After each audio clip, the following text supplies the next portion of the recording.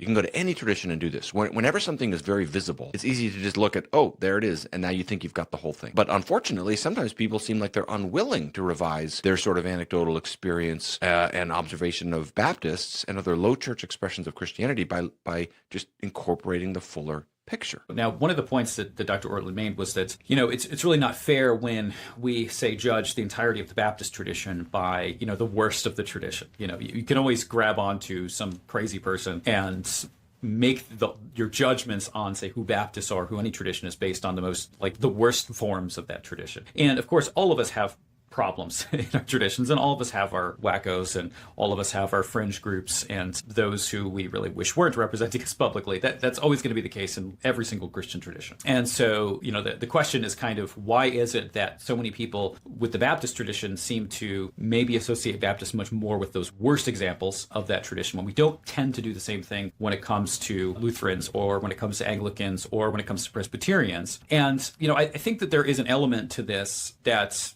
is more than just taking the worst examples. Here's the difficulty that I have with the Baptist tradition in particular. If someone wants to, say, align Lutheranism with its most kind of liberal or progressive branch or branches, we have a way of kind of judging whether or not that is a valid expression of Lutheranism, whether it's a consistent expression of Lutheranism, and that is that we have a confessional tradition. And so when I'm speaking about Lutheranism, I often say confessional Lutheranism. I'm identifying the doctrine that was in our confession. So we have a standard whereby we can judge whether or not a particular congregation or pastor is actually being faithful to the inherited Lutheran tradition. The same thing is true of Presbyterians, right? I have a clear standard, right, where I could say, okay, well, this has a Presbyterian name, in the church, but when I look at the actual dogmatic or doctrinal standards, and I look at the congregation, I can judge the standards or practices of the congregation by what the Westminster Confession, the Westminster Standards actually says. And so we have a way to define our traditions apart from just any church who happens to have this name stuck on it. With Baptists, that's just not quite the case. And I think that's the difficulty when it comes to Baptists. Now, you do have,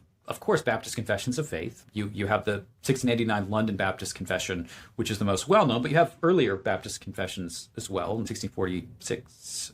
Oh my gosh, that year might be wrong. And then you also have the Baptist Faith and Message, which is like the binding document of the SBC. It's very vague, though. So the thing is, you do have some confessions within Baptist churches, but there's no singular confessional tradition in the same way. And so this is why you have your free will Baptists, you have your particular Baptists, and there isn't a unifying confession that defines what a Baptist is exactly.